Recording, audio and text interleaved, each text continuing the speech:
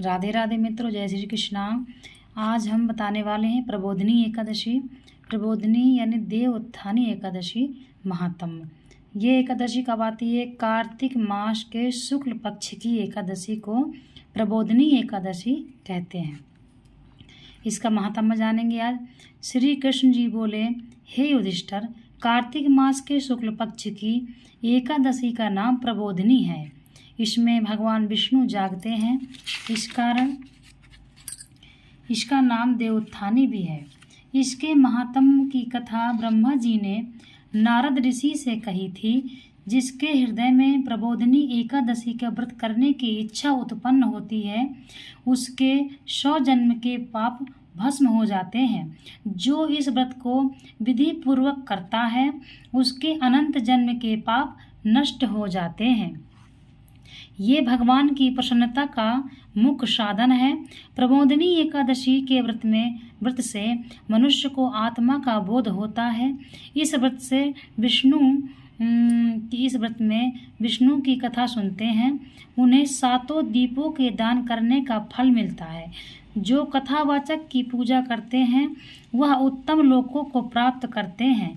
कार्तिक मास में जो तुलसी द्वारा भगवान का पूजन करता है, उसे 10,000 जन्म के पाप नष्ट हो जाते हैं।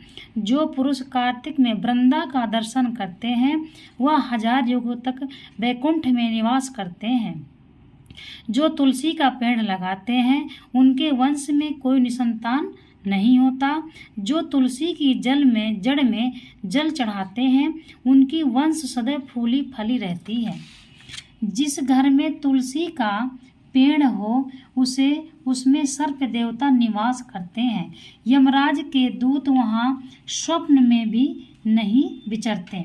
जो पुरुष तुलसी वृक्ष के पास श्रद्धा से दीप जलाते हैं, उनके हृदय में दिव्य चक्षु का प्रकाश होता है। जो शालिग्राम की चरणोदक में तुलसी मिलाकर पीते हैं, उनके निकट अकाल मृत्यु नहीं आती, सर्व व्याधियां नष्ट हो जाती हैं, वह पुनर्जन्म को नहीं प्राप्त होता। ऐसी पतित पावनी तुलसी का पूजन इस मंत्र से करना चाहिए। ओम श्री वृंदाय नमः।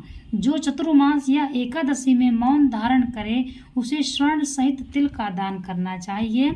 जो कार्तिक मास या चतुर्मास में नमक का त्याग करते हैं, उन्हें शक्कर का दान करना चाहिए। कार्तिक शुक्ल एकादशी से पूर्णिमा तक देव स्थानों में दीपक जलाने से महापुण्य है। बुद्धिमान पुरुष सारा कार्तिक का महीना नदी तट इत्यादि पूज्य स्थानों में दीपक जलाते हैं। प्रबोधिनी एकादशी का महात्म्य सुनने से अनेक गौदान का फल मिलता है। इस प्रकार से प्रबोधिनी एकादशी का जो है, जिसके मन में विचार आता है, उसके 100 जन्म के पाप नष्ट हो जाते हैं एकादशी करने का। इसका इतना महात्म्य है, इसलिए कार्तिक मास के में आती है यह एकादशी। कार्तिक मास के शुक्ल पक्ष की एकादशी है। इस दिन देव उठाए जाते हैं। विष्णु भगवान इस दिन निद्रा से जागते हैं, इसलिए इसको देवोत्थानी एकादशी भी कहा जाता है।